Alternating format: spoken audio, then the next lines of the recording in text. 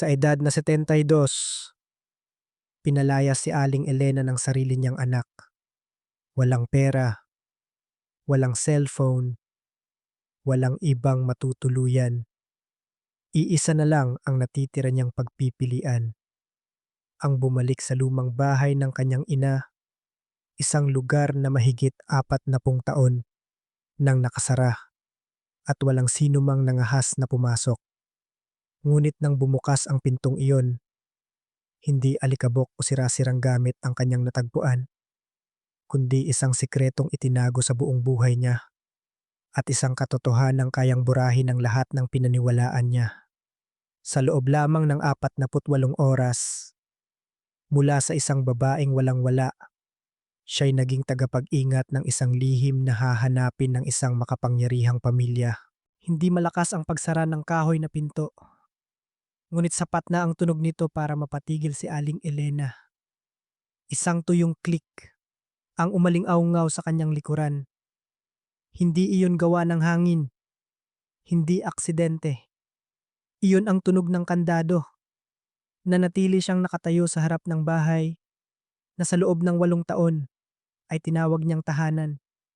Hawak pa rin niya ang isang kupas na bayong na naglalaman lamang ng ilang luman niyang damit at isang panyong pudpod na ang mga gilid. Ang hangin ng hapon sa Maynila ay umihip sa maliit na eskinita. Dala ang amoy ng usok ng sasakyan at ang alinsangang mula sa simentadong kalsada. Hindi siya lumingon agad. Hindi dahil ayaw niya, kundi dahil alam niyang sa likod ng pintong iyon, wala nang magbubukas para sa kanya. Ilang sandali pa, dahan-dahan siyang humarap. Ang pinto ay nanatiling nakapinid. Walang yabag, walang tawag. Tanging katahimikang mas malamig pa sa anumang salita. Anak, bigyan mo pa sana ako ng isang araw. Napakaliit ng boses ni Aling Elena na kahit siya ay hindi sigurado kung narinig ba iyon. Sa loob ng masikip na sala, si Katrina ay nakahalukip-kip, nakasandal sa ref. Ang mukha niya ay hindi galit pero seryoso. Nasabi ko na po, Nay, hindi na po tayo luwag ngayon. Si Marco ay nakatayo sa malapit, hawak ang isang basong tubig, nakatingin sa sahig. Hindi siya nagsasalita. Binalingan ni Aling Elena ang anak. Marco anak, isang araw lang.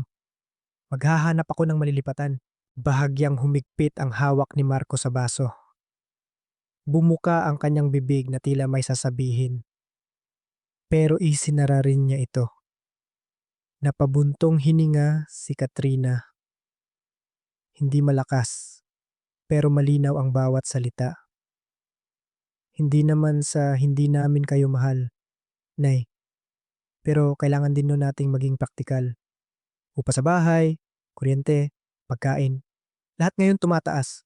Kung nandito kayo, hindi na po talaga namin kaya. Isang mahabang katahimikan ang namayani.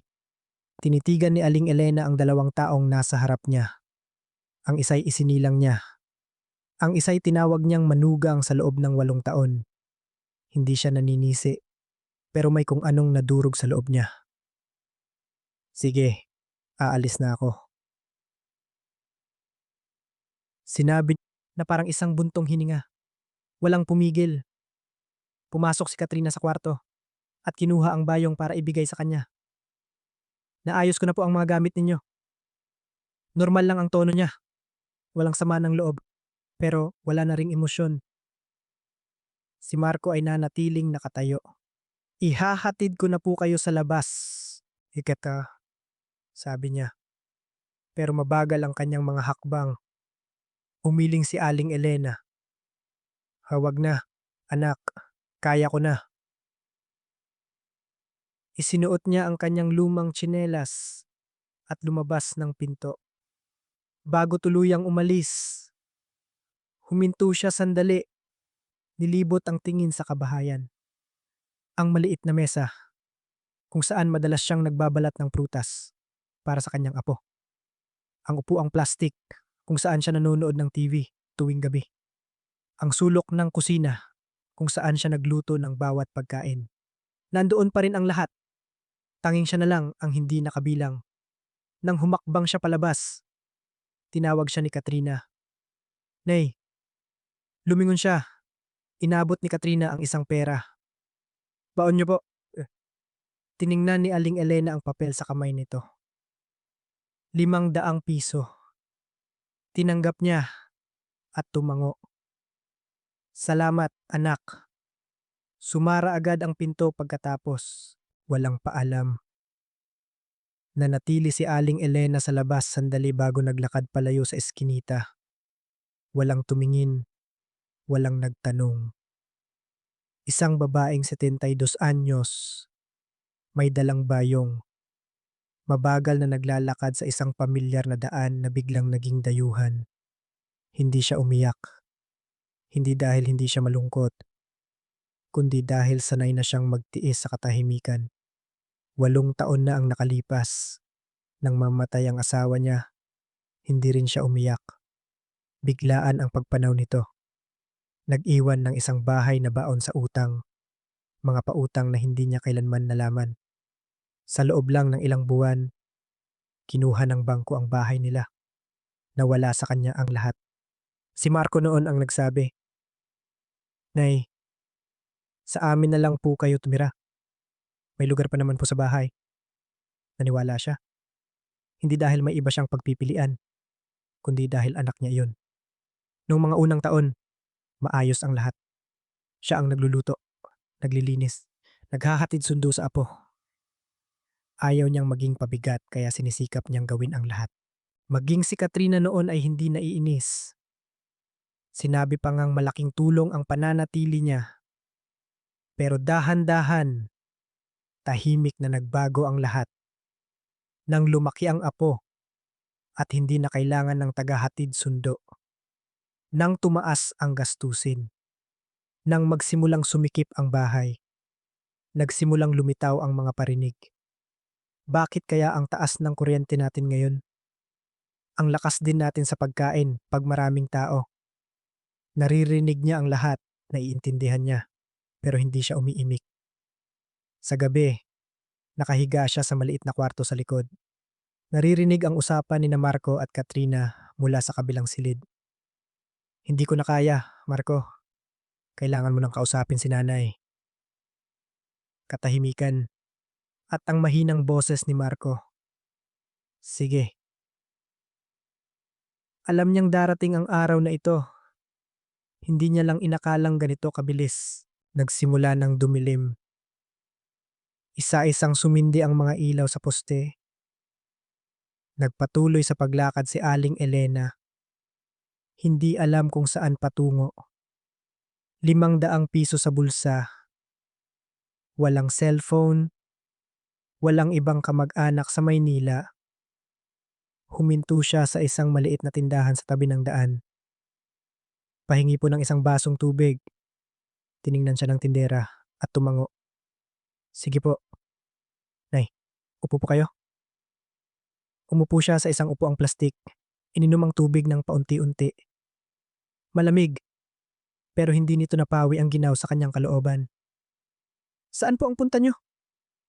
Nay, at ginabi na kayo mag-isa. Tanong ng tindera. Sandaling natahimik si Aling Elena bago sumagot. Uuwi ako sa probinsya.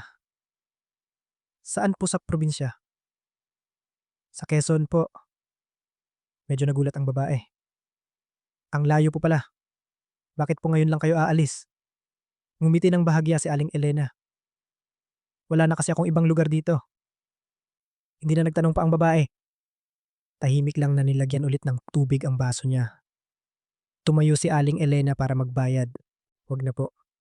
Nay, sa inyo na po yan. Huwag kang mag-alala. May pera pa ako. Sabi niya, sabay abot ng 20 piso. Sinundan siya ng tingin ng babae. May bahid ng lungkot sa mga mata nito. Nagpatuloy siya sa paglalakad. Isang imahe ang unti-unting nabuo sa kanyang isipan. Ang lumang bahay sa Quezon.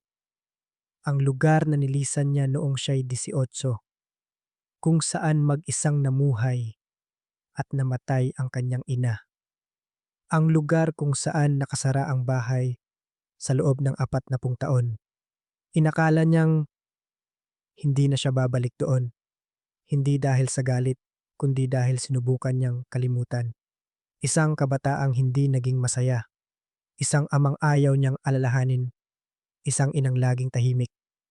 Pero ngayon, wala na siyang ibang mapupuntahan. Huminto siya sa harap ng terminal ng bus. Sunod-sunod ang pag-alis ng mga biyaheng panggabi. Mga ilaw, tunog ng busina, sigawan ng mga tao. Isang mong patuloy na umiikot. At wala siya roon. Lumapit siya sa takilya. Pabili po ng isang tiket papuntang Quezon. Tiningnan siya ng staff. Sa 9:00 po ng gabi, pwede po kayo? Pwede. 500 po. Kinuha niya ang lahat ng pera sa kanyang bulsa. Binilang. Eksaktong 500 piso. Walang labis, walang kulang. Hawak ang tiket. Umupo si Aling Elena sa mga upuang panghintay. Ang bayong ay nasa tabi niya. Ang dalawang kamay ay magkapatong. Sa unang pagkakataon sa buong araw, naramdaman niyang nanginginig siya.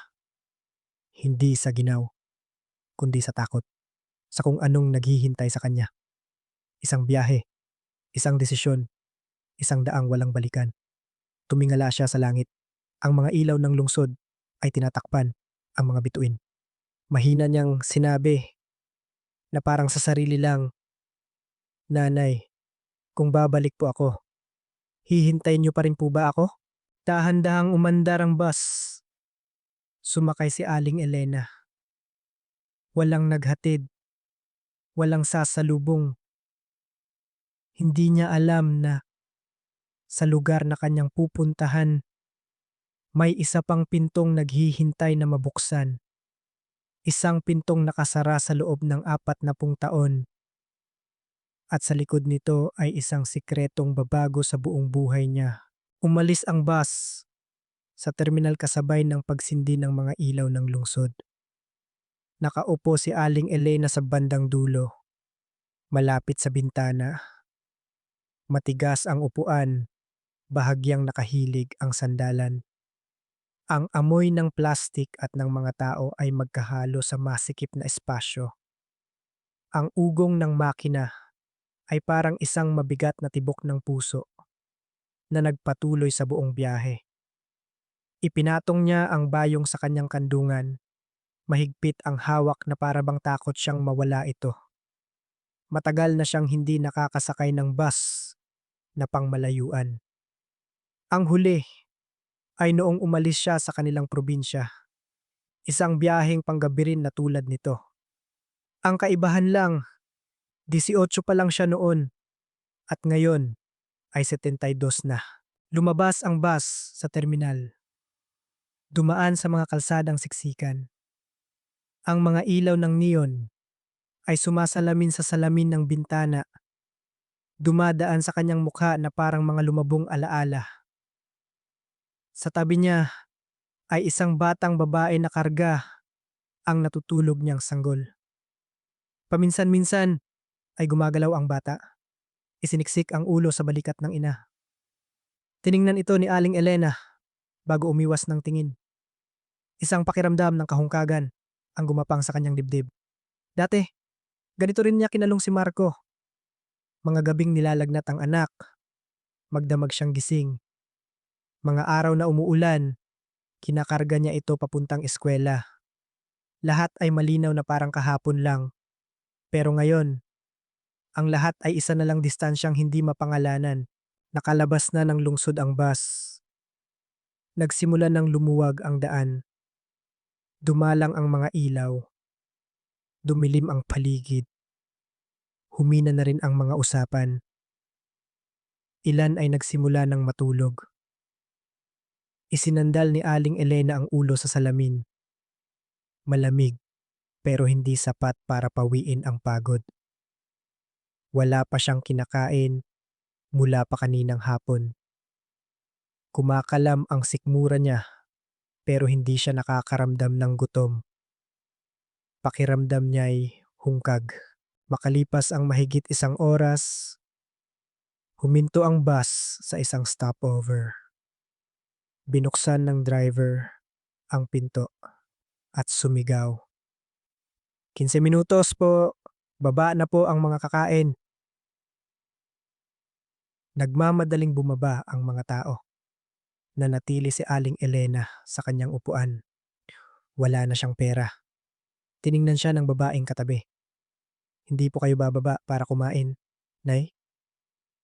Umiling si Aling Elena at bahagyang ngumiti. Hindi ako gutom. Nag-alangan sandali ang babae bago nagsalita. Mayroon po akong tinapay. Kainin niyo na lang po muna. Tiningnan ni Aling Elena ang tinapay sa kamay nito at natahimik. 1 segundo, 2, bago siya marahang umiling. Salamat, Hija. Ayos lang ako. Hindi dahil hindi niya kailangan, kundi dahil sanay na siyang tumanggi. Hindi na namilit ang babae. Tumango na lang at bumaba ng bus. Sinundan niya ito ng tingin. Sa labas, ang dilaw na ilaw ay tumatama sa basang semento. Ang mga tao ay kumakain, nag-uusap, nagtatawanan. Isang normal na mundo na napakalayo sa kanya. Ibinaling niya ang tingin sa bintana. Ang kanyang anino ay malabong nakikita sa salamin. Maputi na ang buhok, maraming kulubot sa mukha, mga matang wala ng gaanong kislap. Saan po ang punta niyo? Umalingaw-ngaw ang boses ng konduktor sa likuran. Lumingon siya. Sa Quezon. Uwi po sa probinsya? Oo. Tumango ito at nagsalita. Ang layo po niyan. May susundo po ba sa inyo? Sandaling natahimik si Aling Elena. Wala. Tiningnan siya nito na may pagtataka pero hindi na nagtanong pa. Sinabi na lang, madaling araw pa po ang dating natin. Magpahinga na po kayo. Umarangkada muli ang bus. Lumalim na ang gabi. Pumikit si Aling Elena. Hindi para matulog, kundi dahil ayaw na niyang tumingin. Nagsimulang bumalik ang mga alaala. Hindi malinaw, pero sapat para pabigatin ang kanyang dibdib. Ang lumang bahay, isang maliit na bahay sa Quezon. Lumang yero ang bubong, dilaw ang pader. May puno ng langka sa harapan. Doon siya lumaki. Nandoon ang kanyang ina. Ang kanyang ina ay hindi pala salita. Sa buong buhay niya, ang naaalala lang niya ay palaging abala ang kanyang nanay. Sa umagay nasa bukid, sa hapon ay nagluluto. Sa gabi nakaupo sa tabi ng gasera, nagtatahi ng damit. Bihirang ngumiti, lalong bihirang magkwento. At ang kanyang ama, ayaw niyang alalahanin. Isang lalaking mainitin ang ulo. Madalas, wala sa bahay. Sa tuwing umuuwi ito, bumibigat ang hangin sa loob ng bahay.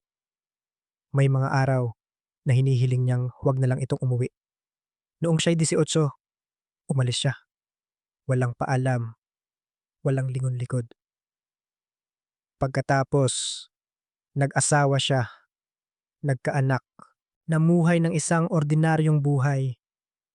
Hindi man lubos na masaya, pero hindi rin naman sobrang sawi para lisanin. Nang mamatay ang kanyang ina, hindi siya umuwi. Nagpadala ng sulat ang mga taga-nayon. Binasa niya, tiniklop, at itinabi. Hindi dahil wala siyang puso, kundi dahil hindi niya alam kung paano haharapin ang lahat.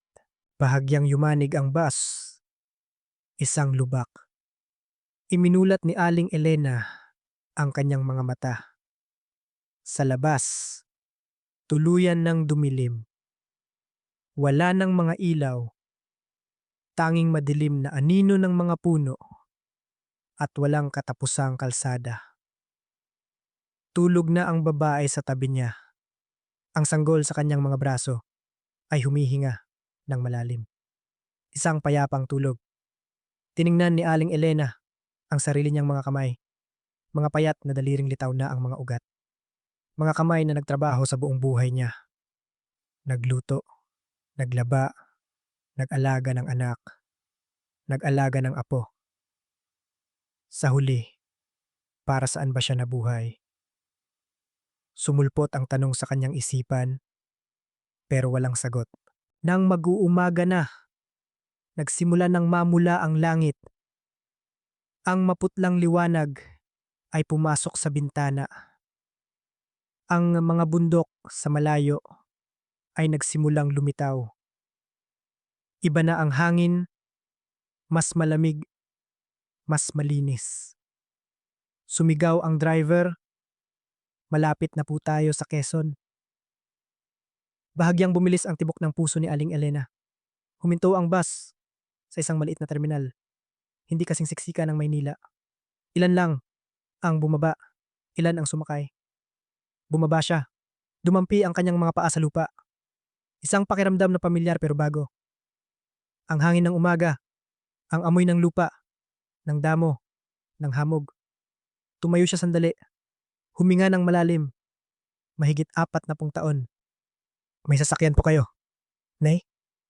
Tanong ng isang tricycle driver. Umiling siya. Maglalakad na lang ako. Ang daan papasok sa kanilang nayon ay hindi gaanong nagbago. Mas maliit lang sa kanyang alaala. Mabagal siyang naglakad. Bawat hakbang ay tila hinihila ang isang piraso ng nakaraan. Isang tindahan sa tabi ng daan, isang maliit na tulay, isang bukirin. Nandoon pa rin ang lahat, pero hindi na tulad ng dati. Isang matandang lalaki ang tumingin sa kanya. Naningkit ang mga mata at biglang nagsalita. Elena, ikaw na ba yan? Huminto si Aling Elena at tiningnan ito. Opo. Lumapit ang lalaki. Naku, si Elena nga. Ang tagal na. Akala ko hindi ka na babalik. Ngumiti si Aling Elena. Kararating ko lang po. Tiningnan siya ng lalaki mula ulo hanggang paa. Hindi na nagtanong pa. Sinabi na lang, ang bahay ninyo, ganun pa rin. Isang maikling pangungusap na nagpabigat sa kanyang dibdib. May pumasok na po ba doon, Mang Jose? Wala. Umiling ito. Yang bahay na yan, mula nang mamatay ang nanay mo, sarado na. May mga nagtangkang bumili, pero walang nangahas na galawin. Bakit po? Nag-atubili ang matanda. Ewan, basta parang hindi dapat. Hindi na nagtanong pa si Aling Elena. Ang daan papunta sa bahay nila ay lumitaw. Mataas ang damo. Ang lumang bakal na gate ay kalawangin na. Nakatagilid na ang isang bahagi. At sa likod nito, ang bahay, lumang bubong, dilaw na pader, kahoy na pintong nakasara. Huminto siya, hindi agad nagpatuloy. Isang di maipaliwanag na pakiramdam ang bumalot sa kanya. Hindi takot, hindi saya, kundi isang bagay na napakalalim. Nakauwi na ako. Bulong niya. Hindi alam kung para kanino. Marahang umihip ang hangin. Ang pinto'y nanatiling tahimik. Humakbang si Aling Elena. Nanginginig ang mga kamay. Hindi niya alam na sa likod ng pintong iyon, hindi lang isang bahay ang naghihintay, kundi isang sikretong nag-abang sa kanya sa loob ng 40 taon. Matagal na nakatayo si Aling Elena sa harap ng gate. Ang lumang bakal na tarangkahan ay nakatagilid na. Napapalibutan ng mga baging na tila pilit itong pinipigilan. Hinawakan niya ito. Kumalat ang kalawang sa dulo ng kanyang mga daliri. Pamilyar ngunit dayuhan ang pakiramdam. Mahigit 40 taon, sapat na panahon para gawing alaala ang lahat. Pumasok ka na, sabi ni Mang Jose sa likuran niya. Lumingon siya. Nakatayo ito ilang hakbang ang layo, nakatukod sa baston, ang mga matay puno ng pag-usisa at awa. Matagal nang hindi naayos yang gate, tulungan na kita. Lumapit ito at tinulak ng paa ang nakatagilid na gate.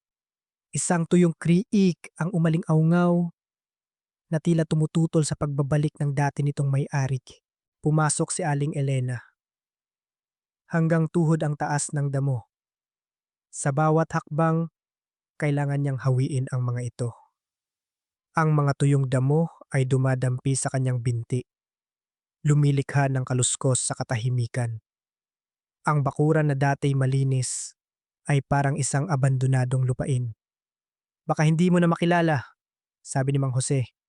Bumaba ang tono. Inilibot ni Aling Elena ang kanyang tingin. Nandoon pa rin ang puno ng langka, pero kalbo na ang mga sanga. Magaspang ang katawan, at may mga butas na gawa ng mga peste. Ang hagdanan sa harap ng bahay ay may lamat na. Ang dilaw na pader ay kupas na, at may mga bahaging tuklap na ang pintura. Kita na ang mga ladrilyo sa loob. Pero ang bahay ay nakatayo pa rin, hindi gumuho. Pagkatapos mamatay ng nanay mo, dahan-dahang nagsimulang magkwento si Mang Jose. May mga dumating na gustong bumili. Sabi nila, maganda raw ang lokasyon ng lupa. Malapit sa pangunahing kalsada. Tataas daw ang presyo. Tahimik na nakinig si Aling Elena. Pero walang nakabili. Bakit po? Nagkibit balikat si Mang Jose. Hindi malinaw ang mga papeles. Pero taon-taon, may dumarating para magbayad ng amilyar. Napalingon si Aling Elena. Sino po ang nagbabayad? Hindi namin alam. Sabi lang ng taga-munisipyo, bayad na raw lahat. Taon-taon, ganoon. Isang sandali ng katahimikan. Muling tiningnan ni Aling Elena ang bahay. Isang abandonadong bahay na 40 taon nang binabayaran ang buwis. Walang nakatira, walang gumagamit, pero hindi kinukuha ng gobyerno. Nakita niyo po ba ang taong yon? Umiling si Mang Jose. Hindi. Narinig ko lang. Minsan, may mga taga-munisipyo na pumupunta para mag-inspeksyon. Tapos aalis din. Hindi rin sila masyadong nagsasalita. Huminto siya sandali at tiningnan si Aling Elena. Siguro, may plano ang nanay mo. Plano? Hindi kailanman inisip ni Aling Elena na ganoong tao ang kanyang ina. Sa kanyang alaala, ang ina niya'y isang tahimik na babae na umiikot lang ang mundo sa bukid at kusina. Hindi gaanong nakapag-aral, hindi pala salita, at hindi kailanman nagkwento tungkol sa hinaharap. May mga dumating ding mga dayo kalaunan. Patuloy ni Mang Jose. Nakasakyan ng kotse. Disente ang pananamit. Nagtanong tungkol sa lupang ito. Kung sino raw ang may-ari. Tapos po, sinabi kong hindi ko alam. Hindi na rin sila nagtanong pa. Pero sa paraan ng kanilang pagsasalita, mukhang hindi sila ordinaryong tao. Naramdaman ni Aling Elena na bahagyang bumilis ang tibok ng kanyang puso. Plano mo bang manatili dito? Tanong ni Mang Jose. Matagal na tiningnan ni Aling Elena ang bahay. Hindi ko pa po alam. Tumango si Mang Jose. Kung may kailangan ka, pumunta ka lang sa bahay ko. Malapit lang dito. Salamat po. Dahan-dahang tumalikod si Mang Jose. Iniwan siyang mag-isa. Muling bumalik ang katahimikan. Tanging tunog lang ng hangin at ng mga damo. Humakbang pa si Aling Elena. Tumayo sa harap ng pangunahing pinto. Ang malaking kahoy na pinto ay mahigpit na nakasara gamit ang 2 tabla na ipinako ng pakrus. Nandoon pa rin ang mga lumang pako. Ang kahoy sa labas ay kupas na dahil sa panahon. Itinukod niya ang kamay dito. Malamig. Nanay, mahina niyang tawag. Walang sumagot.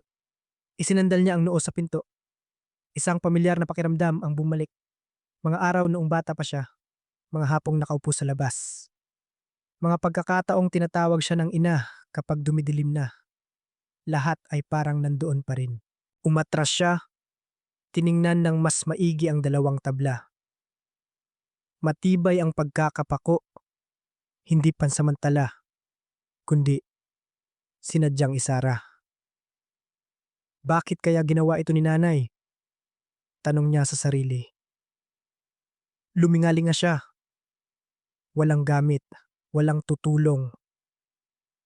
Tanging siya at ang isang bahay na 40 nang natutulog. Bumalik siya sa gate. Pumulot ng isang sirang bakal mula sa bakod.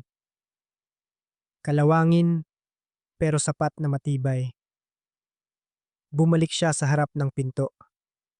Hawak ang bakal gamit ang dalawang kamay. Huminga siya ng malalim at hinampas ang tabla. Pak! Yumanigan ang kahoy. Huminto siya. Hinihingal. Nanginginig ang kamay. Hindi dahil sa panghihina, kundi dahil sinisira niya ang isang bagay na napakatagal na, napakalalim. Patawad po. Bulong niya. Hindi malinaw kung kanino. Pangalawang hampas. Nagsimulang umuga ang tabla. Tumulo ang pawis sa kanyang noo, kahit hindi mainit. Pangatlong hampas. Isang pako ang lumipad. Umatras siya. Humihinga ng malakas. Nagdurugo ang kanyang kamay. Hindi niya alam kung kailan pa. Pero hindi siya tumigil. Hampas. Isa pa. Sa wakas, bumagsak ang unang tabla. Tumayo siya. Tinitigan ang pinto na parang may hinihintay. Walang nangyari. Ipinagpatuloy niya sa pangalawang tabla. Ilang minuto pa, bumagsak din ito. Ang pinto ay malinis na.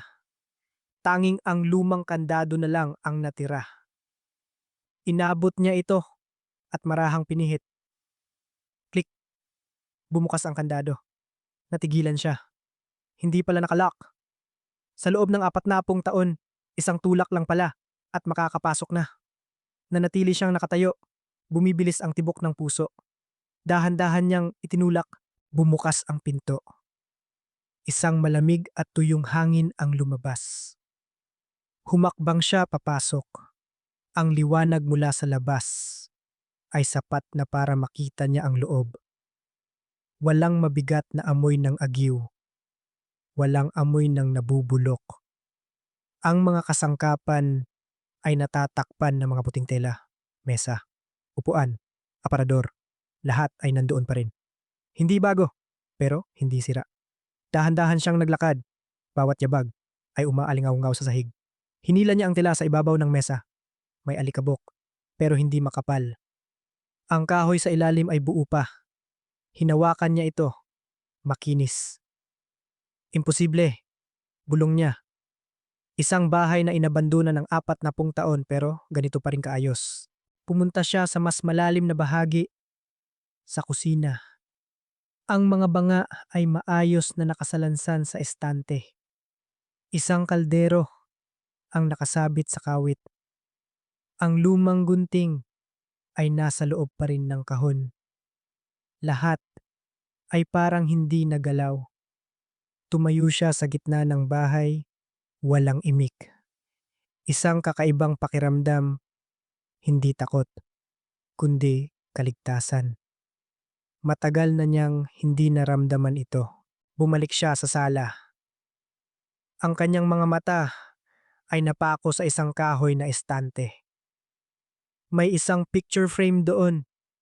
Lumapit siya. Hinila ang tela. Lumitaw ang larawan.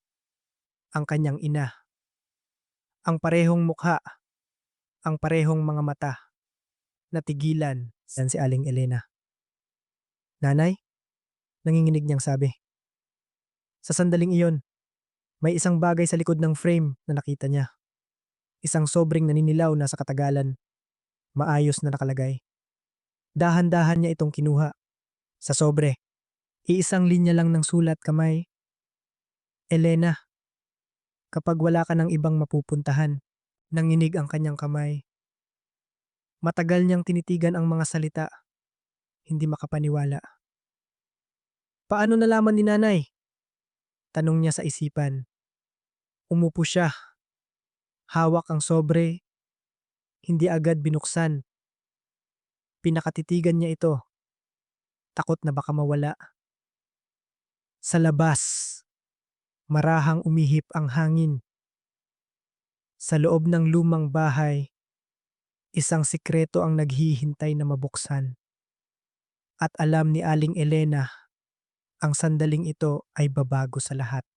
Nananatiling nakaupo si Aling Elena sa gitna ng lumang sala.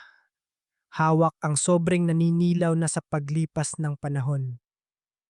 Ang liwanag ng umaga ay pumapasok sa siwang ng pinto, gumuguhit ng pahilis sa sahig. Ang maliliit na alikabok ay lumulutang sa hangin, mabagal, tulad ng paghinga ng mismong bahay. Ang lahat ay napakatahimik na naririnig niya ang tibok ng sarili niyang puso. Tiningnan niyang muli ang mga salita sa sobre. Elena, kapag wala ka ng ibang mapupuntahan, pamilyar ang sulat kamay. Sulat ng kanyang ina, walang duda. Nanay, mahina niyang tawag. Ang boses ay tila naiipit sa kanyang lalamunan. Isang kakaibang pakiramdam ang umusbong. Hindi kalungkutan, kundi isang bagay na parang pinakahihintay. Para bang hindi siya ang unang taong pumasok sa bahay na ito pagkatapos ng 40 taon. Para bang may nakaalam na babalik siya. Dahan-dahan niyang binaliktad ang sobre. Ang papel ay tuyo at matigas. Ang selyo ay may bahagyang lamat na. Nag-atubili siya, hindi dahil sa takot sa nilalaman, kundi dahil alam niyang pagkatapos niyang buksan ito, hindi na magiging tulad ng dati ang lahat. Umihip ang isang marahang hangin. Bahagyang gumalaw ang telang nakatakip sa isang upuan sa malapit, na parang isang paalala. Huminga ng malalim si Aling Elena at marahang binuksan ang selyo. Ang tunog ng pagbukas ng papel ay napakaliit, ngunit sa katahimikang iyon, malinaw itong umaling-awngaw. Hinugot niya ang sulat sa loob. 2 pahina ng papel na maayos na nakatupi. Binuklat niya ito. Elena, kung binabasa mo ang mga linyang ito, ibig sabihin ay nakabalik ka na. At naniniwala akong bumalik ka lang dahil wala ka ng ibang mapupuntahan. Huminto si Aling Elena. Nanikip ang dibdib. Huwag mong sisihin ang iyong sarili. Huwag kang manisi ng kahit sino. May mga bagay sa buhay na hindi mo pinili. Pero may mga bagay na pinili kong iwanan para sa iyo. Bahagyang nanginig ang kanyang kamay. Wala na akong oras para ipaliwanag ang lahat. Pero sundin mo ang mga isinulat ko sa ibaba. Sa kusina, sa ilalim ng lumang banig, may isang maliit na pinto. Ang kombinasyon ng kandado ay ang araw ng iyong kapanganakan. Buksan mo iyon. Lahat ng kailangan mo ay nandoon. Huminto siya. Binasa ulit ang bawat salita. Walang paghingi ng tawad. Walang mahabang bilin. Tanging mga direksyon. Lahat ng kailangan mo ay nandoon. Ibinaba niya ang sulat. Ipinatong ang mga kamay sa mesa. Bakit hindi niyo sinabi agad? Nay? Tanong niya sa hangin. Walang sumagot. Matagal siyang naupo bago tumayo. Ang kusina ay nasa likod ng bahay. Ang lumang kahoy na pinto ay bahagyang umingit ng itulak niya. Amoy ng tuyong kahoy, amoy ng lupa, amoy ng mga bagay na matagal nang naroroon. Pumasok siya sa maliit na kusina, hindi gaanong nagbago. Nandoon pa rin ang estanteng kahoy, ang mga bangang maayos na nakasalansan, ang lumang kalan na maitim na, at isang lumang banig na hindi naman bulok. Tumayo siya sa harap nito. Bumibilis ang tibok ng puso. Sa ilalim ng banig, yumuko siya. Hinawakan ang gilid ng banig at itinaas ito. Bahagyang umalimbukay ang alikabok. Sa ilalim, isang maliit na pinto na gawa sa kahoy. May kandado. Napatingin siya. Nanay, pinaghandaan niyo po talaga ito. Isang kakaibang pakiramdam ang bumalot sa kanya. Hindi takot, kundi ang pakiramdam na malapit na niyang mahawakan ang isang bagay na napakalaki. Hinawakan niya ang kandado, malamig na metal. Isang combination lock. Pumikit siya. Oktubre, Oktortun, 1951. Pinihit niya ang mga numero. 1, 0, 1, 4, 5 with 1. Isang click ang tumunog. Bumukas ang kandado. Natigilan siya. Isang subok lang, walang mali. Para bang naghihintay lang ito sa tamang tao. Lumunok siya. Nanginginig ang kamay at marahang hinila. Bumukas ang pinto. Isang malamig ng hangin ang umihip pa itaas. Walang amoy ng nabubulok. Hindi maalinsangan. Tanging amoy lang ng lupa. Sa ibaba, isang maliit na hagdan ng kahoy. Ang pababa sa dilim. Tumayo siya at tumingin. Walang ilaw, tanging kadiliman. Isang bahagi niya ang gustong huminto. Isara ito at umalis. Pero may isang bahaging mas malakas. Nakauwi na ako. Bulong niya at nagsimulang bumaba. Unang baitang, umingit. Pangalawang baitang. Kumapit siya sa pader. Dahan-dahan, maingat. Ang liwanag mula sa itaas ay sapat na para makita niya ang mga hagdan. Nang makarating sa ibaba, huminto siya. Ang selong ay hindi malaki, pero napakaayos. Walang basura, walang kalat. Tanging mga estanteng kahoy na nakahanay sa pader. Sa ibabaw nito, mga kahon na may mga etiketa, sulat kamay, lupa, papeles, bangko, personal. Natigilan si Aling Elena. Hindi ito mga lumang gamit. Ito ay mga dokumentong nakaayos na parang sa isang opisina. Lumapit siya. Kinuha ang isang kahon na may etiketang lupa. Binuksan niya. Sa loob, mga papeles. Napakaraming titulo ng lupa. Mga sertipiko ng pagmamay-ari. Hindi lang isa, marami. Binuklat niya ang bawat isa. Pangalan ng may-ari. Elena Reyes. Natigilan siya. Imposible. Sinuri niya ulit. Walang mali. Pangalan niya. Ang petsa. Lahat ay tama. Umatras siya. Akin ito. Bumibilis ang tibok ng puso niya. Kumuha siya ng isa pang folder. Mapa ng lupa. Ang sukat ay hindi maliit. Napakalaki.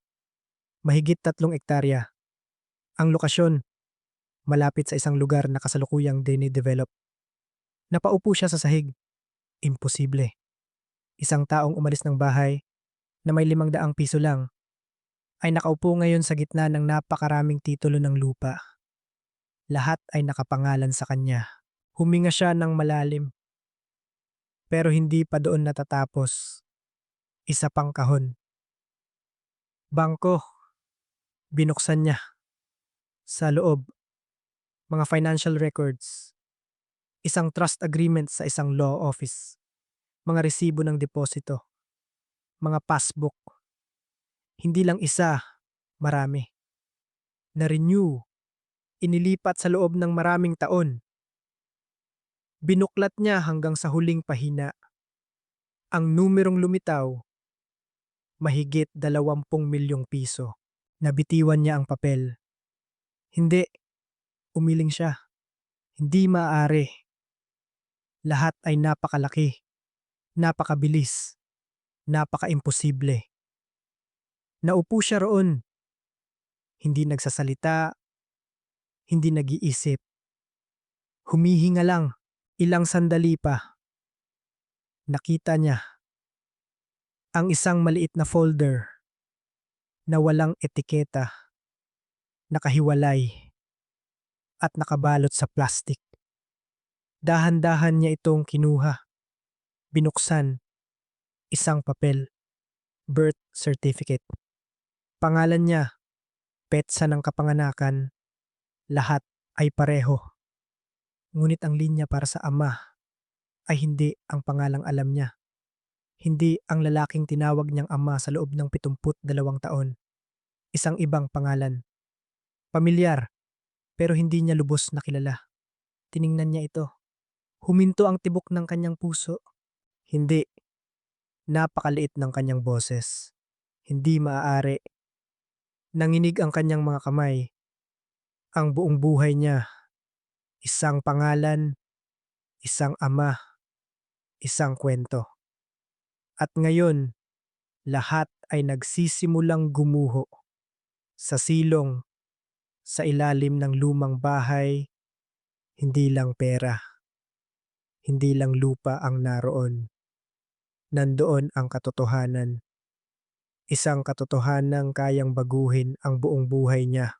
Nanatiling hindi gumagalaw si Aling Elena sa ilalim ng saylong. Ang birth certificate ay nasa kanyang mga kamay pa rin. Ang liwanag mula sa bukana sa itaas ay nagbibigay ng isang guhit ng dilim. Sapat lang para makita niya ang bawat letra. Pero habang lalo niyang nakikita, lalo niyang ayaw maniwala. Ang pangalan niya, petsa ng kapanganakan, lahat ay tama. Iisa lang ang mali, ang linya para sa ama. Umiling siya na para bang gustong itaboy ang katotohanang nasa harap niya. Sa loob ng 72 taon, naniwala siyang anak siya ng isang lalaki. Isang taong hindi niya minahal, pero nakasanayan ng tawaging ama. Isang taong umalis noong bata pa siya. Isang taong ginamit niyang dahilan para magtiis sa buong buhay niya. Kung ganoon, sino siya? Tanong niya sa sarili. Ibinaba niya ang papel. Huminga ng malalim. Pero habang sinusubukan niyang kumalma, lalo lang bumibilis ang tibok ng kanyang puso. Yumuko siya at tiningnan muli ang maliit na folder.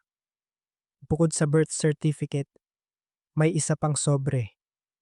Hindi tulad ng nauna, ito ay maingat na nakatupi at nakalagay sa plastic. Dahan-dahan niya itong binuksan. Mas makapal ang papel. Ang sulat kamay ay hindi sa kanyang ina. Matatag at malinaw ang mga letra. Binasa niya. Elena, kung binabasa mo ang sulat na ito, nangangahulugang dumating na ang panahon para malaman mo ang katotohanan. Hindi ako ang lalaking kinilala mong ama sa mga nagdaang taon. Natigilan siya. Nanikip ang dibdib. Wala akong karapatang pumasok sa buhay mo bilang isang ama. At ayaw ko ring mabuhay ka bilang isang sikreto. Pero hindi kita kayang pabayaan. Ang lahat ng nakikita mo rito ay ang tanging paraan na maggagawa ko para sa'yo nang hindi sinisira ang buhay mo. Humigpit ang hawak niya sa papel. Pinili ng iyong ina ang isang mahirap na landas. Tinanggihan niya ang pangalan. Tinanggihan niya ang direktang tulong pinansyal para lang lumaki ka bilang isang ordinaryong tao. Iginagalang ko iyon at tinupad ko ang aking pangako. Pumikit si Aling Elena. Isang alaala ang dumaan sa kanyang isipan. Ang kanyang inang laging tahimik. Hindi nagrereklamo. Hindi nagpapaliwanag. Hindi ako umaasang patatawarin mo ako. Hindi rin ako umaasang hahanapin mo ako. Ang tanging hiling ko lang, kapag kailangan mo, hindi ka darating sa puntong wala ka nang matitira. Ang lahat ng naririto ay para sa iyo. Walang iba. Iminulat niya ang mga mata. Walang iba. Isang simpleng parirala pero mabigat. May karapatan kang piliing panatilihin ito o talikuran. Pero sana, mabuhay ka para sa sarili mong buhay. Hindi ang buhay na itinakda ng iba para sa iyo. Nagtapos ang sulat. Walang pirma. Pero alam niya ang pangalan. Iyon ang lalaking nakasulat sa birth certificate. Binitiwan niya ang papel. Naupong tahimik. Ang silong ay payapa. Tanging ang kanyang paghinga ang naririnig. Kung ganoon, ang buong buhay ko, bulong niya, ay isang hindi pagkakaunawaan. Ang mga taon na ipinamuhay niya, ang mga desisyong ginawa niya, ang mga pagkakataong nanahimik siya, ang mga pagkakataong tinanggap niya ang lahat, nakabatay pala sa isang maling kwento. Hindi, umiling siya. Hindi mali, kulang. Tumingala siya. Ang bukana ng saylong ay bukas pa rin. Ang liwanag ay nandoon pa rin. Kung ganoon, alam ni nanay ang lahat mula pa sa simula. Isa na namang tanong, naalala niya ang unang sulat. Walang paghingi ng tawad, walang paliwanag, tanging mga direksyon. Ayaw ni nanay na malaman ko agad, bulong niya. O gusto niyang ako mismo ang makatuklas. Isang kakaibang pakiramdam ang lumitaw. Hindi galit, kundi pag-unawa.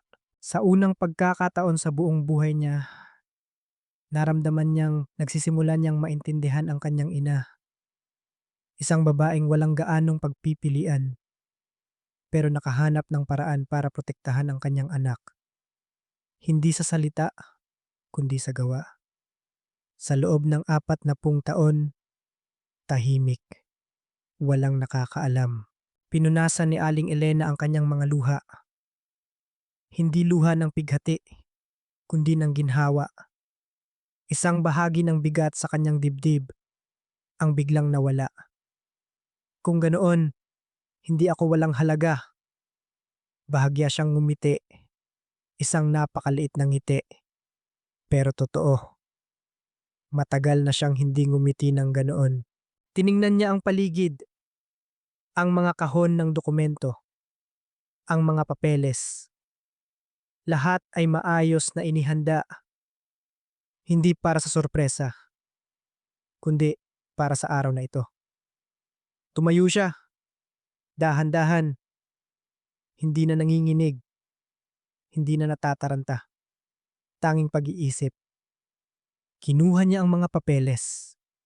Maingat na inayos. Hindi nagmamadali. Para bang nagsisimula siyang matuto ng ibang paraan ng pamumuhay. Hindi ang paghabol, kundi ang pagpili. Huli niyang tiningnan ang saylong. Ang lugar na nagtago ng lahat sa loob ng 40 taon bago siya umakyat. Dahan-dahan, baitang-baitang, lumilinaw ang liwanag. Nang makalabas siya sa silong, huminto siya sa lumang kusina. Pero hindi na ito tulad ng kanina. Hindi dahil nagbago ito, kundi dahil siya ang nagbago. Lumabas siya sa sala. Tiningnan ang larawan ng ina sa estante. Nanay! Hindi na nanginginig ang kanyang boses. Naiintindihan ko na po. Tumayo siya roon. Hindi na nagsalita. Hindi na kailangan. Isang marahang hangin ang pumasok sa pinto. Muling gumalaw ang tela sa upuan na parang isang pagtango. Lumabas si Aling Elena sa beranda. Ang sikat ng araw ay tumatama sa bakuran. Mataas pa rin ang damo. Luma pa rin ang bahay. Pero hindi na tulad ng dati ang lahat. Hindi na siya ang babaeng umalis ng bahay na may 500 piso. Siya ang taong kalahanap lang muli ng kanyang buhay. Ngunit alam din niya, ito ay simula pa lamang. Dahil kung totoo ang lahat ng nasa silong, may ibang tao ring maghahanap nito. At sa pagkakataong ito, hindi na siya mananahimik. Ang tanghali sa probinsya ay may kakaibang katahimikan. Walang siksikang trapiko tulad ng sa Maynila. Tanging tunog lang ng hangin sa mga puno, kaluskos ng mga tuyong dahon, at sa malayo, ang huling tilaok ng manok. Nakaupo si Aling Elena sa harap ng bahay.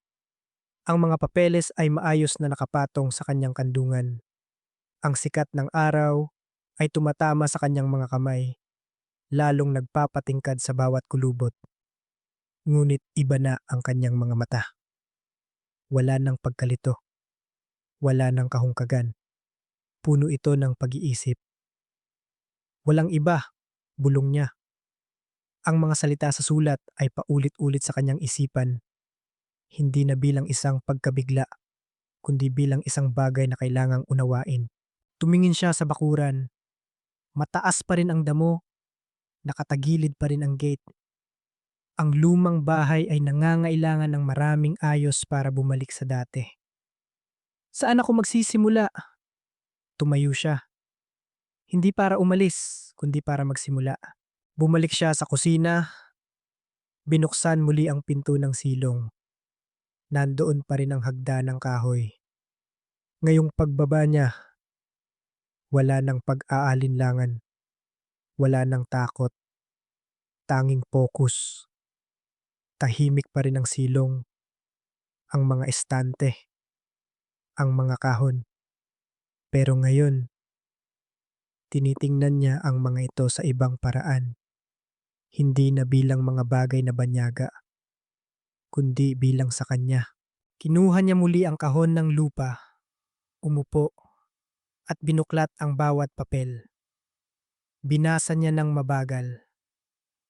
Hindi niya naiintindihan ang lahat, pero sinubukan niya. Pangalan niya, sukat, lokasyon, selyo, pirma. Lahat ay totoo. Hindi peke, hindi panaginip. Kumuha siya ng isang mapa. Inilatag ito. Tiningnan niya ang mga linya, ang mga numero. Isang malawak na lupain. Hindi lang ang bakuran sa paligid ng bahay, kundi umaabot hanggang sa likod. Malapit sa pangunahing kalsada. Malapit sa lugar na dinedevelop. Naalala niya ang sinabi ni Mang Jose. May mga nagtangkang bumili. Kung ganoon, alam nila. Pero hindi nila mabili dahil hindi malinaw ang papeles. Bahagya siyang ngumiti. Hindi dahil hindi malinaw, kundi dahil walang nakakaalam. Tiniklop niya ang mapa. Lumipat sa kahon ng bangko. Binuksan niya ang mga makakapal na folder. Pangalan ng isang law officer sa Maynila. Isang trust contract. Mga bank statement. Binasa niya ang bawat pahina. Dahan-dahan, ngunit tiyak. Ang pera ay hindi natulog. Idineposito, wini-withdraw, idineposito ulit, nirenew, pinaikot-ikot sa loob ng maraming taon. May isang taong gumagawa nito. Tahimik, regular, walang mintis sa bawat taon. Huminto siya sa huling pahina. Ang numero, 20,437,000 at piso. Matagal niya itong tiningnan. Hindi dahil hindi niya naiintindihan, kundi dahil hindi niya ito kailanman naisip. Sa buong buhay niya, hindi siya nakahawak ng higit sa ilang libo. Ngayon, isang ganitong halaga ang nasa harap niya. Akin ito, bulong niya. Ngunit sa pagkakataong ito, wala nang pagkasindak, tanging pagtanggap. Tiniklop niya ang folder, isinantabi. Hindi na mahigpit ang hawak, hindi na nanginginig. Inilagay niya lang doon bilang bahagi ng katotohanan. Tiningnan niya ang paligid ng silong. Lahat ay inihanda, walang kulang, walang labis. Hindi para manggulat, kundi para gamitin. Kung ganoon, anong gusto ni nanay na gawin ko? Iba na ang tanong ngayon. Hindi na Bakit? Kundi, ano ang susunod? Tumayo siya. Kinuha ang isang kahon na may etiketang legal. Binuksan niya. Mga papeles na may kinalaman sa buwis sa lupa. Mga kumpirmasyon ng karapatan sa paggamit. Mga authorization letter para sa abogado.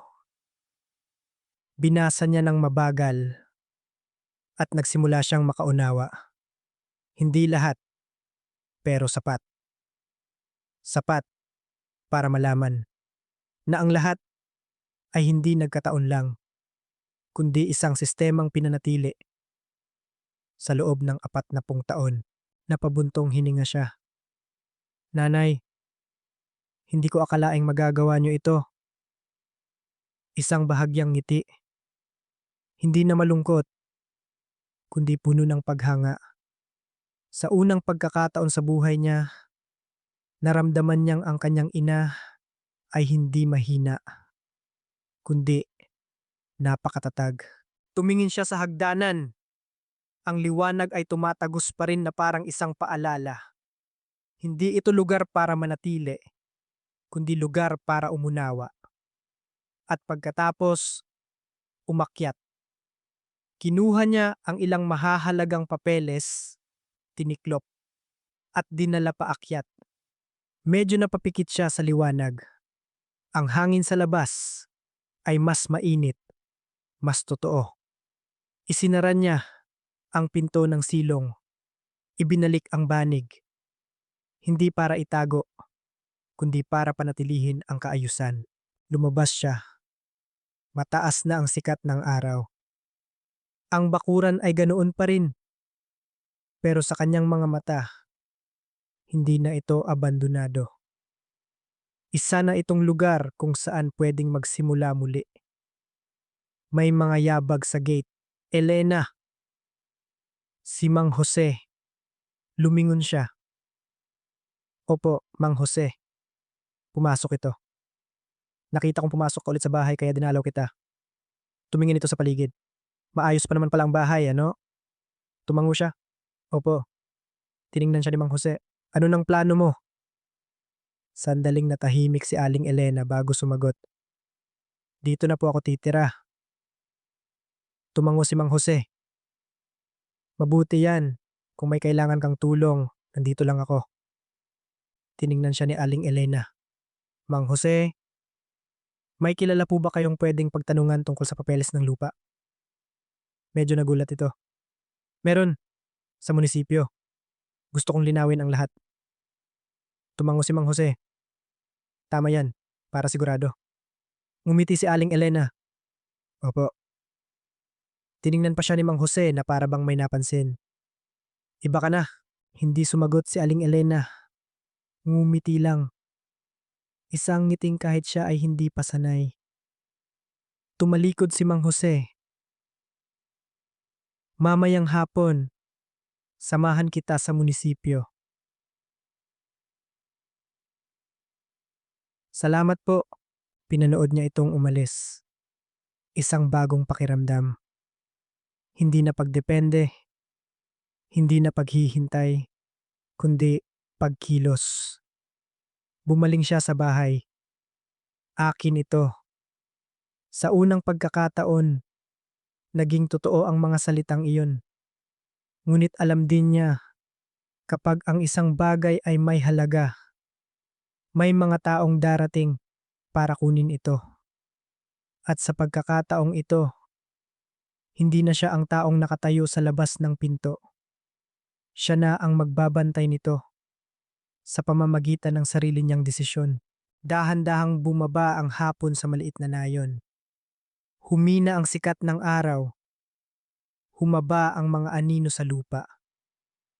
Ang hangin mula sa bukirin ay umiihip. Dala ang amoy ng tuyong dayami at halumigmig ng lupa. Nakaupo si Aling Elena sa harap ng bahay. Ang folder ng mga papeles ay maayos na nakalagay sa tabi niya. Hindi na niya ito mahigpit na hawak. Hindi na rin itinatago. Nandoon lang bilang bahagi ng kanyang bagong buhay.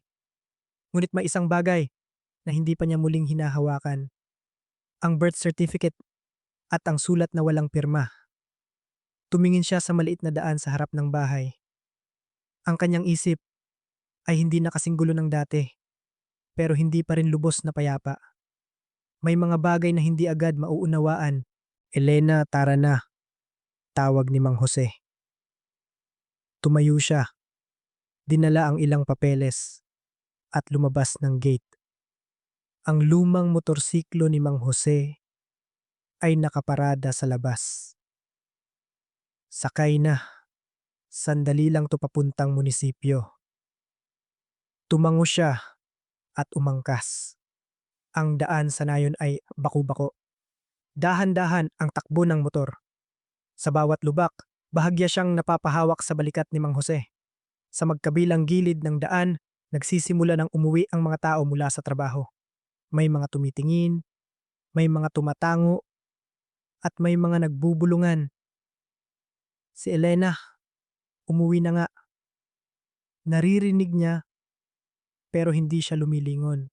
Ang munisipyo ay hindi malaki. Isang gusaling kupas na ang dilaw na pintura pero malinis. Ilang motorsiklo ang nakaparada sa harap. Dinala siya ni Mang Jose sa loob. Ito si Hinoong Hilario, ang tigasuri ng lupa. Isang lalaking nasa katanghalian ng edad ang tumayo at tiningnan si Aling Elena. Kayo po si... Opo, ako po si Elena. Anak po ng dating nakatira sa bahay sa dulo ng nayon. Bahagyang natigilan si Ginoong Hilario. Ah, yung bahay na yon. Tumango siya na parang may naalala. Nakabalik na po pala kayo. Opo. Inilapag ni Aling Elena ang folder sa mesa. Gusto ko po sanang itanong ang tungkol sa papeles ng lupa. Binuksan ito ni Hinoong Hilario. Binuklat ang bawat pahina. Tahimik ang paligid. Tanging kaluskos lang ng papel ang naririnig. Huminto siya sa isang papel, kumunot ang noo, at nagpatuloy. Maya-maya, tumingala siya. Lahat ng papeles na ito ay legal. Hindi umimik si Aling Elena. Ang lupa ay nakapangalan sa inyo, bayad ang buwis, at walang anumang kaso. Sa papeles po, ulit ni Aling Elena. Tiningnan siya ni Ginoong Hilario. Ang ibig kong sabihin, sa katotohanan, may mga nagtangkang bumili, nag-imbestiga. Pero dahil hindi malinaw kung sino ang may-ari, hindi sila nakakilos. Sino po ang mga taong iyon? Nag-atubili si Hinoong Hilario, taga Maynila, isang pamilyang kilala. Bahagyang kumabog ang dibdib ni Aling Elena. May kaugnayan po ba sila sa... Nag-alangan siya. Tiningnan siya ni Hinoong Hilario. Alam niyo na po pala? Hindi siya sumagot. Napabuntong hininga ang lalaki. Ilang taon na nilang pinag-iinteresan ang lupang yan. Pero dahil walang malinaw na papeles, wala silang magawa. Pero hindi sila ang tipo na madaling sumuko. Tumango si Aling Elena. Salamat po. Tiningnan siya ni Ginoong Hilario. Dapat po kayong maghanda. Maghanda para saan? Sa pagdating nila, pauwi. Hindi nagsalita si Aling Elena. Dahan-dahan ang takbo ng motor. Malamig ang hangin. Alam mo na kung sino sila, hindi ba? Tanong ni Mang Jose. Sandaling natahimik si Aling Elena bago sumagot. Opo, sa tingin ko po. Tumango si Mang Jose. Hindi simple ang bagay na ito. Opo, pagdating sa bahay, magdidilim na. Muling naupo si Aling Elena sa sala. Ang birth certificate ay nasa ibabaw ng mesa. Sa pagkakataong ito, hindi niya ito iniiwasan. Kinuha niya at binasa muli ang pangalan ng ama. Isang pangalang narinig na niya noon, hindi madalas, pero sapat para malaman. Isang malaking pamilya, kilala, makapangyarihan. Kung ganoon, hindi nila alam na nabubuhay ako, bulong niya. Hindi na hula, kundi pag-unawa. Kung alam nila, matagal na silang dumating. Binuksan niyang muli ang sulat. Binasa ang bawat linya. Ayaw kong mabuhay ka bilang isang sikreto. Pinili ng iyong ina na huwag sirain ang buhay mo. Pumikit siya. Isang katotohanan ang lumitaw, hindi na bilang isang pagkabigla, kundi bilang isang piraso na bumubuo sa kanyang buhay. Hindi siya pinabayaan ng lalaking iyon. Nakatayo lang siya sa ibang lugar. Hindi pumasok, pero hindi rin umalis. Kung ganoon, sino ako? Ang lumang tanong, pero ngayon, may ibang sagot. Hindi anak ng isang taong nang iwan. Hindi isang taong walang halaga, kundi isang taong pinrotektahan sa isang napakatahimik na paraan. Iminulat niya ang mga mata na pabuntong hininga. Sapat na yon. Hindi na kailangang hanapin. Hindi na kailangang maningil. Ang kailangan lang ay umunawa. Tumayo siya. Tiningnan ang bahay. Akin ito. Hindi dahil may nagbigay, kundi dahil itinabi ito para sa akin. May humintong sasakyan sa harap ng gate. Lumingon siya. Isang kotse. Hindi ito sasakyan mula sa nayon. Bumukas ang pinto. Dalawang lalaki ang bumaba. Pormal ang kasuotan, hindi mga taga rito. Lumapit ang isa. Magandang hapon po. Ito po ba ang bahay ni Ginang Elena? Tumayo siya. Tiningnan sila. Walang iwas. Walang takot. Ako nga si Elena. Tumango ang lalaki. Galing po kami sa Maynila. Isang sandali ng katahimikan. Nais po naming makipag-usap sa inyo tungkol sa lupang ito. Tinitigan sila ni Aling Elena. Hindi umatras. Dumating na pala kayo. Hindi tanong, kundi kumpirmasyon. Umihip ang hangin. Ang pinto sa likod niya ay nanatiling bukas. Ngunit sa pagkakataong ito, hindi na siya nakatayo sa labas. Nasa loob na siya. At alam niya, ang buhay niya ay tunay na nagsisimula pa lamang. Nakahinto ang kotse sa harap ng gate. Patay na ang makina, pero mainit pa rin. Ang dalawang lalaki ay nakatayo sa bakuran. Pinagmamasdan ang bahay, ang lupain sa paligid, bago huminto ang kanilang tingin kay Aling Elena. Naging tensyonado ang hangin, walang huni ng ibon, walang ihip ng hangin, tanging katahimikan at ang pakiramdam na may mangyayari. Magpapakilala po kami. Humakbang ang mas matandang lalaki. Magalang ang boses niya pero may diin. Ako po si Hinoong Reyes. At ito naman si Hinoong Santos. Kinakatawan po namin ang isang pamilya sa Maynila. Tiningnan sila ni Aling Elena. Hindi agad sumagot. Tuloy kayo. Medyo nagulat sila, pero sumunod pa rin. Luma ang bahay. Ang ilaw ng hapon ay tumatagos sa pinto. Lumilikha ng isang espasyong parehong mainit at malamig. Umupo sila. Hindi sila inalok ni Aling Elena ng maiinom. Hindi dahil sa kawalan ng galang, kundi dahil ayaw niyang lumikha ng pakiramdam ng pagiging komportable. Nandito po kami para sa lupang ito. Diretsyong sabi ni G. Reyes. Matagal na po namin itong sinusubaybayan. Gaano katagal? Tanong ni Aling Elena. Mga 5 hanggang 6 na taon. Tumango siya ng bahagya. Kung ganoon, alam niyo na kung sino ako. Sandaling nag-atubili si G. Reyes. Nalaman lang po namin kamakailan. Pagkatapos kong bumalik. Opo.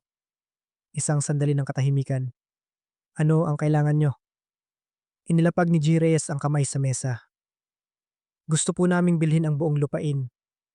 Walang paligoy-ligoy. Tiningnan siya ni Aling Elena. Magkano? Handa po kaming magbayad ng mas mataas sa presyo sa merkado. Sabihin na nating 40 milyon. Ang halagang iyon, kung ilang araw lang ang nakalipas, ay maaaring makapagpatulala sa kanya. Pero ngayon, nanatili lang siyang tahimik. Hindi niyo na po kailangang mag-alala sa kahit ano, patuloy ni G. Reyes. Kami na po ang bahala sa lahat ng papeles at proseso. Pipirma na lang po kayo. Tumingin si Aling Elena sa labas. Alam niyo ba kung kailan pa naging akin ang lupang ito? Hindi sumagot si G. Reyes. 40 na. Lumingon siya. Hindi ito bigla na lang lumitaw. Dahan-dahang tumango si G. Reyes. Naiintindihan po namin. Hindi. Umiling si Aling Elena. Hindi niyo naiintindihan. Hindi malakas ang boses niya pero malinaw. Ang lupang ito ay hindi lang lupa. Walang nagsalita. Ito ang bagay na hindi ko alam na mayroon ako hanggang sa wala na akong natira.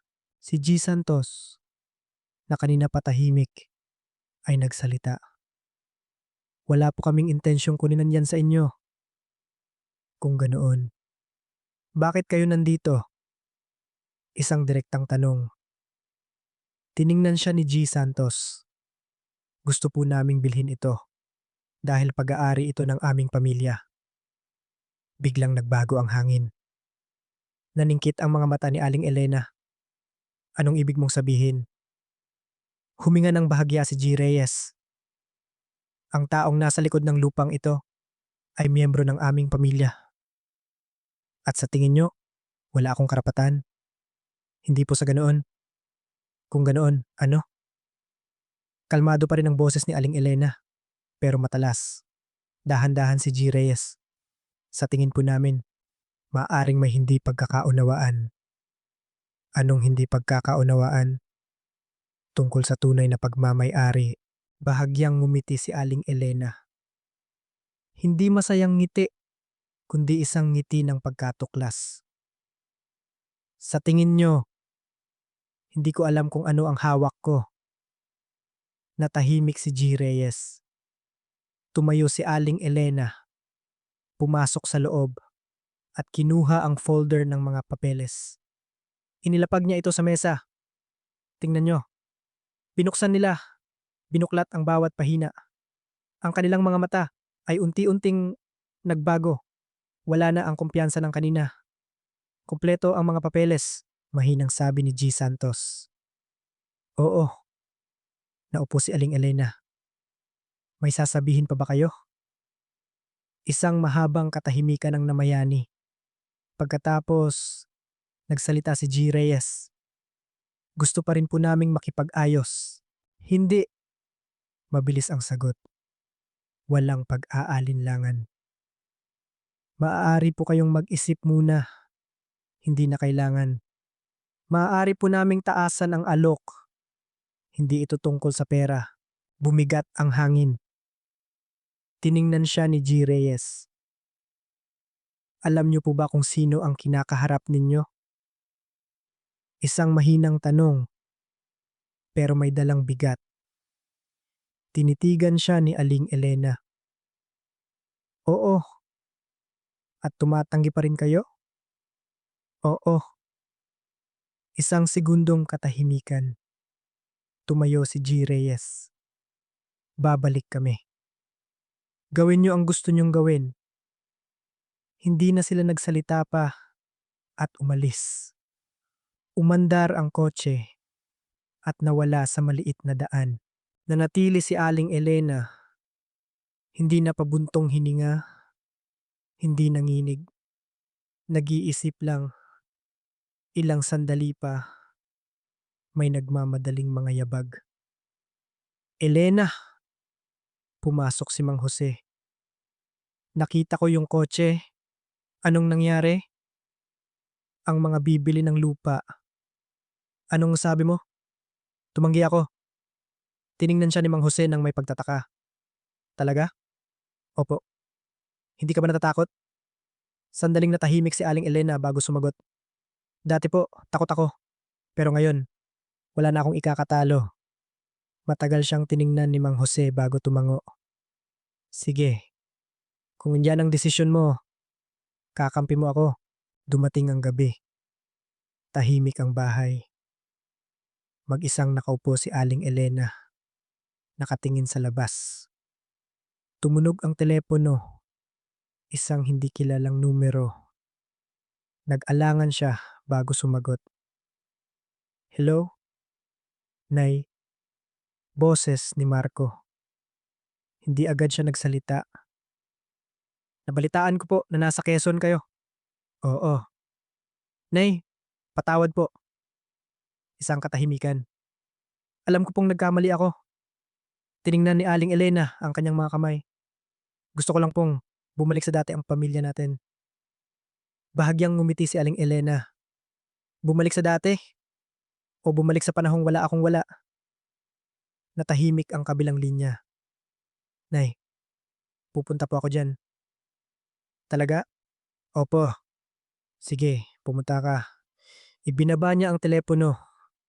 Walang galit, walang emosyon. Kalmado lang. Tiningnan niya ang bahay. Ngayon pa lang nagsisimula ang lahat. Umihip ang hangin, sapat para galawin ang lahat. At alam niya, hindi lang mga dayo ang babalik, kundi pati na rin ang mga mahal niya sa buhay. Pero sa pagkakataong ito, hindi na siya ang mananatiling nakatayo lang. Siya na ang pipili. Sa unang pagkakataon sa kanyang buhay, kinabukasan, hindi na tahimik ang lumang bahay. Hindi dahil sa ingay, kundi dahil may hinihintay na mangyari. Maagang gumising si Aling Elena. Lumabas siya sa beranda. Huminga ng malalim. Malamig at malinis ang hangin, pero ang kanyang puso ay hindi nakasinggaan ng kahapon. Alam niyang hindi dito magtatapos ang lahat. Pumasok siya sa bahay, kinuha muli ang folder at inayos ito ng mabuti. Hindi na tulad ng dati. Wala nang panginginig o pagkalito. Malinaw na ang lahat. Bandang 9:00, dumating si Mang Jose. Elena, handa ka na ba? Opo, Mang Jose. Pumunta sila sa munisipyo.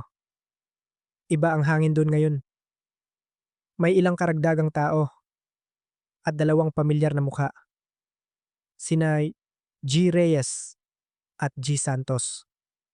Nauna na sila. Pumasok si Aling Elena. Hindi huminto. Hindi umiwas. Tiningnan siya ni G. Reyes. Alam naming darating ka. Hindi siya sumagot. Pinaupo sila ng isang opisyal. Naging formal ang usapan. Nagsimula si Ginoong Hilario. Sa kasalukuyan, mayroong hindi pagkakasundo sa pagmamay-ari ng lupa sa pagitan ni Ginang Elena at ng kabilang panig. Hindi po ito hindi pagkakasundo, sabi ni G. Reyes. Gusto lang po naming beripikahin. Beripikahin ng ano? Tanong ni Aling Elena. Ang tunay na pagmamay-ari. Inilapag ni Aling Elena ang folder sa mesa. Heto, kinuha ito ni G. Hilario, binuksan at binasa. Lahat ay tahimik. Kumpleto ang mga papeles. Pinagdududahan po namin ang legalidad nito, sabi ni G. Santos. Ang dahilan, napakatagal na ng panahon. Walang gumagamit. Walang direktang kumpirmasyon mula sa nakapangalan. At sa tingin namin, maaaring may pamimeke. Naging tensyonado ang hangin. Hindi agad kumibo si Aling Elena. Pagkatapos, naglabas siya ng isang papel. Ito ang kumpirmasyon mula sa law office na nangangasiwa ng ari-arian. Binasa ito ni G. Hilario. May selyo, may pirma. Tumingin si G. Reyes, hindi nagsalita. At ito, naglabas pa si Aling Elena ng isang sobre. Ang sulat mula sa taong nag-ayos ng lahat ng ito. Inilapag niya ito. Binuksan at binasa ni G. Hilario. Nagbago ang hangin sa silid. Maaring ipa-examine ang pirma, sabi ni G. Santos. Hinihiling naming suriin ito. Sige, tumango si Aling Elena. Gawin niyo ang lahat. Walang nakaisip na magiging ganito siya kakalmado. Ang mga sumunod na araw ay ginugol sa pagsusuri ng pirma, pagbeberipika ng mga dokumento, pagsisiyasat sa bangko, at pakikipag-usap sa law office. Matagal ang proseso. Paulit-ulit na nagpabalik-balik si Aling Elena sa munisipyo.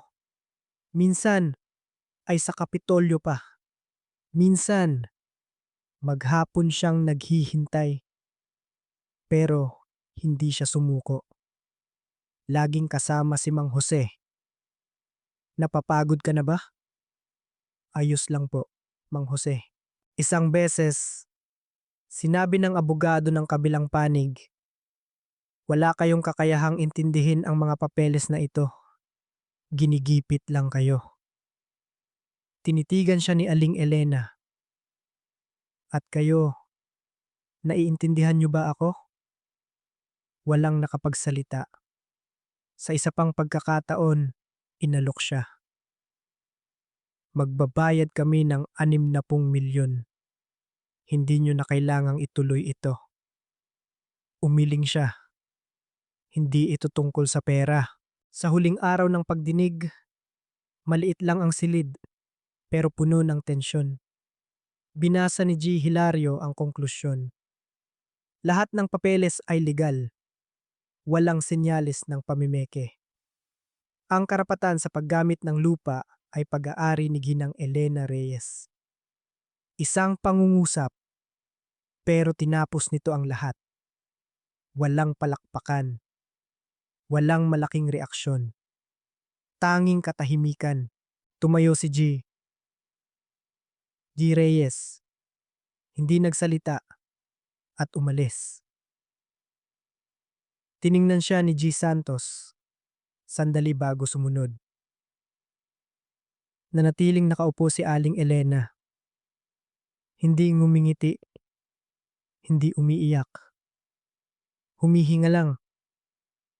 Tinapik siya ni Mang Jose sa balikat. Tapos na. Tumango siya. Opo, pag-uwi. Naupo siya sa dati niyang pwesto. Tiningnan ang bahay, ang bakuran. Walang nagbago. Pero siya, iba na. Nang gabing iyon, dumating si Marco. Huminto ang sasakyan sa harap ng gate. Pumasok siya. Lumingalinga. Nay, tiningnan siya ni Aling Elena, hindi lumapit. Patawad po, mahina ang boses niya. Nagkamali po ako. Natahimik si Aling Elena. Hindi ko po alam na mayroon kayo ng lahat ng ito. Tinitigan siya ni Aling Elena. Kung ganoon, paano kung wala? Yumuko si Marco. Nagkamali pa rin po ako. Isang katahimikan. Maupo ka, sabi ni Aling Elena. Magkaharap silang naupo. Pumunta ka ba rito para sa akin? Hindi agad sumagot si Marco. Opo. Tiningnan siya ni Aling Elena. O dahil dito. Itinuro niya ang folder. Natahimik si Marco. Hindi tumanggi. Tumango si Aling Elena. Sapat na yon. Walang galit, walang panunumbat. Tanging pag-unawa. Maaari kang manatili ng ilang araw. Tumingala si Marco. Talaga po, Nay? Oo, pero kailangan mong maintindihan ang mga bagay-bagay sa sarili mo. Gabi. Mag-isang nakaupo si Aling Elena, nakatingin sa larawan ng ina. Nanay, nagawa ko po. Isang marahang hangin. Tahimik pa rin ang bahay, pero sa pagkakataong ito, hindi na malungkot dahil ang katotohanan ay kinilala na at pinili niyang pumanig sa sarili niya. Ang umaga sa lumang bahay ay nagsisimula sa banayad na sikat ng araw at pamilyar na huni ng mga ibon. Wala na ang pakiramdam ng pagiging banyaga. Wala na ang bigat ng mga sikretong kabubukas lang. Naging malinaw na ang lahat. Maagang gumising si Aling Elena. tulad ng dati. Ngunit ngayong umaga, lumabas siya sa beranda na may ibang pakiramdam. Hindi na bilang isang taong bumalik, kundi bilang isang taong naninirahan dito. Marami pa ring damo sa bakuran, pero nabawasan na. Isang maliit na sulok sa harap ay malinis na. Ang lumang upuang kahoy ay pinunasan at maayos na inilagay. Tulog pa si Marco sa loob, kagabi. Hindi siya gaanong nagsalita, tahimik lang na tila nag-iisip. Hindi siya tinawag ni Aling Elena, hindi pinilit, hindi sinumbatan. Lumabas siya sa hardin. Tuyo ang lupa, pero hindi bitak-bitak. Yumuko siya, hinawakan ng lupa. Pwede itong tamnan. Isang simpleng pangungusap, pero isang simula. Sa mga sumunod na araw, dahan-dahan ang lahat. Sinimulan ni Aling Elena na ayusin ang bahay. Walang malaking pagbabago. Ginawa lang ang mga kailangan. Inayos ang butas sa bubong. Pininturahan muli ang pader. Pinunasan ang mga gamit. Tinanggal na ang mga puting tela at pumasok ang liwanag. Unti-unting bumabalik sa dati ang bahay. Tumutulong si Mang Jose. Itong parte na ito, kailangang ayusin. Opo, itong pinto, pwede pa. Itabi mo, Nay. Hindi kailangan ng maraming pera. Kailangan lang ng tamang paraan. Nagsimula na ring makisalamuha si Aling Elena sa mga taga-nayon. Hindi marami, pero sapat. Isang nagbebenta ng materyales, isang karpintero, isang nagtatanim ng gulay. Nanatili si Marco ng ilang araw. Hindi pa rin pala salita, pero nagbago. Tumulong siyang maglinis, ayusin ang bakod. Isang hapon, tumayo siya sa tabi ni Aling Elena.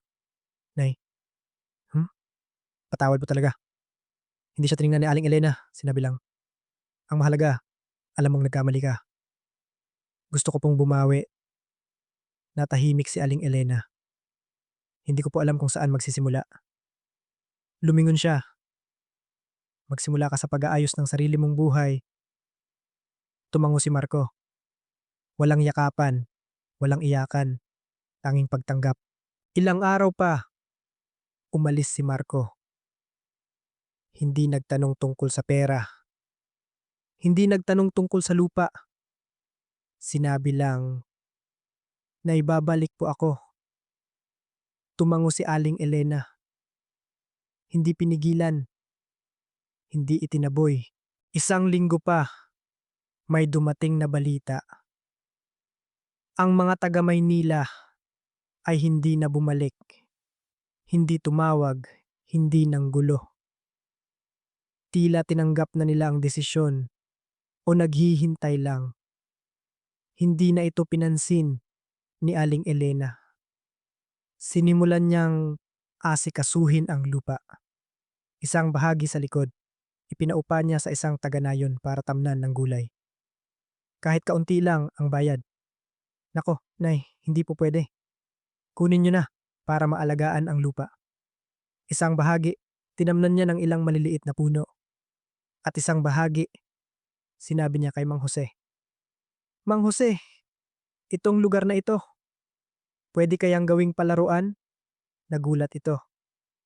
Para sa mga bata sa nayon, tumango si Aling Elena. Hindi kailangan ng malalaking papeles, kailangan lang ng desisyon. Unti-unting nagkaroon ng mga taong labas-masok sa bahay. Hindi marami, pero hindi na rin malungkot. Isang hapon, may humintong sasakyan sa gate. Hindi ito dayo.